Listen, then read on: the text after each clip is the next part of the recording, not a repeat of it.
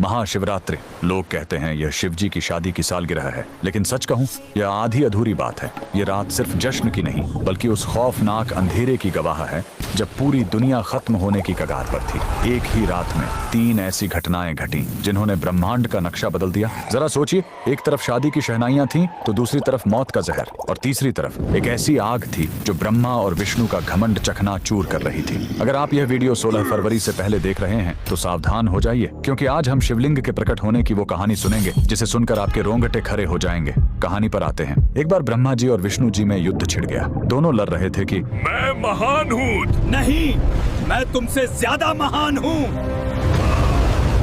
उनका यह घमंड जब दुनिया का संतुलन बिगाड़ने लगा, तब अचानक उनके बीच एक विशाल अनंत अग्नि स्तंभ प्रकट हुआ। वह आग का एक ऐसा खंभा था जिसका न कोई शुरुआत था न अंत। उस स्तंभ से एक भारी आवाज आई, जो मेरे आखिरी सिरे को खोज लेगा वही महान होगा।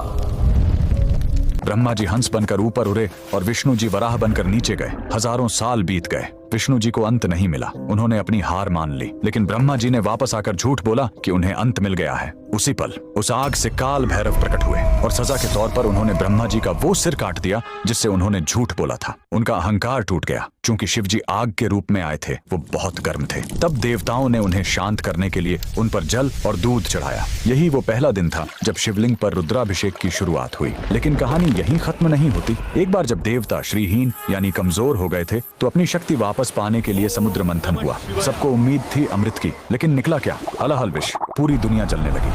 तब फिर वही भोलेनाथ आगे आए। संसार को बचाने के लिए उन्होंने उस उबलते हुए जहर को पी लिया और अपने कंठ में रोक लिया। जहर की गर्मी से शिव जी का शरीर तपने लगा। उस जलन को शांत करने के लिए सभी देवताओं ने उन पर पूरी रात गंगा जल, दूध और बेलपत्र चढ़ाया। उन्हें नींद न आ जाए इसलिए पूरी रात देवताओं ने गीत गाए और जागरण किया। यही वजह है कि महाशिवरात्रि पर हम पूरी रात जागते हैं। लेकिन रुको, यह रात इतनी डरावनी भी नहीं है। इसी रात प्रेम की जीत भी हुई थी। जब माता सती ने अपने प्राण त्यागे थे तो शिव जी पूरी तरह टूट गए थे। वो वैरागी बन गए, दुनिया छोड़कर समाधि में चले गए। तब माता सती ने पार्वती के रूप में जन्म लिया। उन्होंने हजारों साल तक कठोर तपस्या की, सिर्फ अपने शिव को वापस पाने के लिए। आखिरकार भोलेनाथ पिघले। इसी महाशिवरात्रि की रात वो वैरागी फिर से दूल्हा बना और शिव शक्ति का मिलन हुआ। तो इस 16 फरवरी जब आप शिवलिंग पर लोटा भर जल चढ़ाएं तो याद रखिएगा, आप उस आग को शांत कर रहे हैं और उस जहर के दर्द को कम कर रहे हैं। कमेंट में लिखें हर हर महादेव।